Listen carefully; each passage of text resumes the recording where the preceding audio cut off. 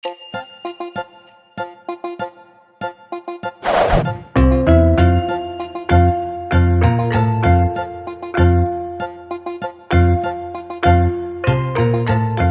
yang pertama adalah kerja keras. Kita harus belajar dari para pendahulu kita atau dari bangsa-bangsa lain yang lebih mengedepankan etos kerja keras. Kita diberikan Allah begitu banyak sumber daya di sekeliling kita, diberikan peluang, diberikan karunia. Kita harus membalasnya dengan kerja keras. Jangan malas-malasan lah, udah nggak zaman nih. Ini udah tahun 2016, masa mau malas-malasan? Kita harus kerja keras. Tapi kerja keras aja nggak cukup. Karena kalau kerja atau kerja keras itu kita belum tentu bisa bersaing, karena persaingan semakin sengit di dunia internasional, di sekitar kita, negara-negara tetangga kita juga lebih maju. Bagaimana kita bisa bersaing dengan baik? Yaitu bekerja secara cerdas, gunakan ilmu pengetahuan dan teknologi, gunakan riset-riset terakhir, gunakan temuan-temuan aplikasi-aplikasi teknologi yang ada di sekitar kita, internet dan lain sebagainya untuk bekerja secara cerdas. Dan terakhir, mengambil resiko. Nah, itu bekerja secara cerdas. Kita ambil resiko, tapi tentunya resiko yang sudah dihitung dengan matang dan demi kemajuan bangsa kita, kemajuan yang diawali dengan niat tulus dan ikhlas. Udah kerja keras, kerja cerdas, nah kita harus tuntaskan. Jangan pernah kerja setengah-setengah. Finish what you start. Dan terakhir, bekerja secara ikhlas. Ikhlas itu adalah tingkatan tertinggi dalam etos kerja 4As ini atau 4 kartu as, yaitu bagaimana kita memberikan ikhtiar yang maksimal, tapi menyerahkan hasil kepada Tuhan yang Maha Kuasa untuk menentukan.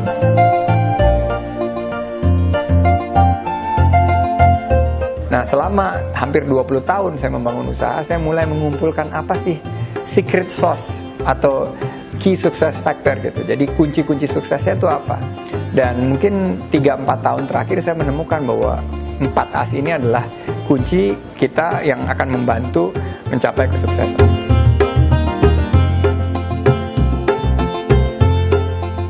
Ya, kalau saya waktu awal-awal memulai usaha, kerja keras itu mungkin direpresentasikan dengan jam kerja yang ada di kantor. Saya orang pertama yang masuk kantor.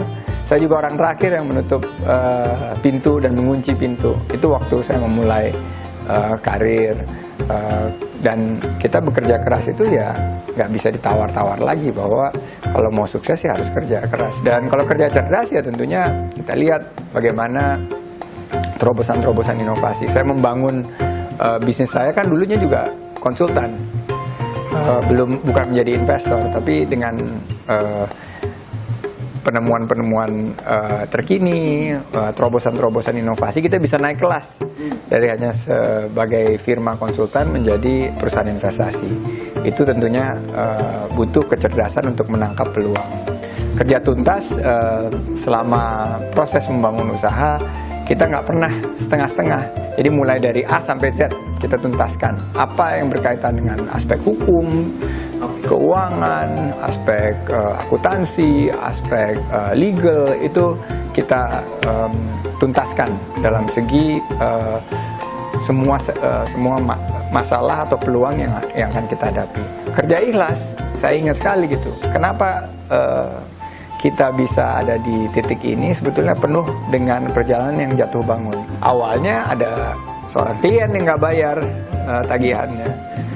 Kita waktu itu ada pilihan, mau berperkara dengan dia atau kita terima dengan ikhlas apapun yang diberikan kepada kita. Karena saya percaya Tuhan itu tidak pernah menukar-nukar rezeki orang. Kalau kita berikhtiar yang kuat, kita bekerja secara sungguh-sungguh, pasti kita akan menjemput rezeki kita. Jadi waktu itu saya terima aja apa yang ditawarkan untuk membayar jasa kita gitu, fee, yaitu dalam bentuk saham.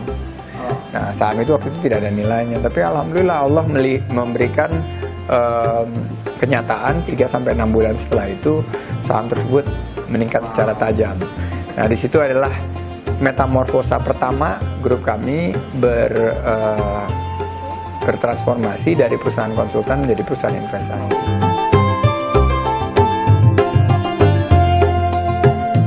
Warna biru yang dipilih itu untuk menunjukkan komitmen kita bahwa biru itu merepresentasikan juga inovasi, merepresentasikan kekuatan, merepresentasikan usaha-usaha yang profitable gitu. Biru itu juga simbol daripada laut yang tenang, yang walaupun tenang tapi penuh kedalaman pola pikir, dan ini yang mudah-mudahan menjadi diferensiasi daripada gerakan kita mengubah Jakarta lebih baik.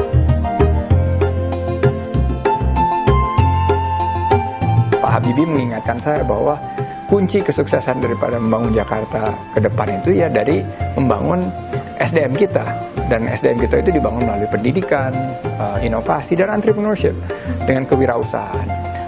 Saya berharap bahwa mimpi saya Jakarta ke depan bisa lebih menciptakan lapangan pekerjaan, lebih terjangkau biaya-biaya harga bahan pokok, tingkat kriminalitasnya rendah, dan masalah yang selama ini menghantui kita seperti kemacetan, banjir itu bisa tersolusikan dengan terobosan-terobosan yang baik, transportasi umum yang integratif dan world class standard gitu loh.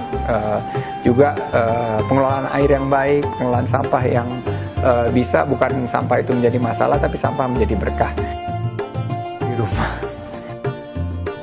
Menemani anak belajar mestinya yang jadi prioritas. Sekarang udah nggak ada proyek lagi, udah jadi politisi sekarang. Olahraga, opor ayam, Nur Asia banget. Kenali saya lebih dalam untuk Jakarta yang lebih baik dan lebih sejahtera lewat akun sosial media di bawah ini.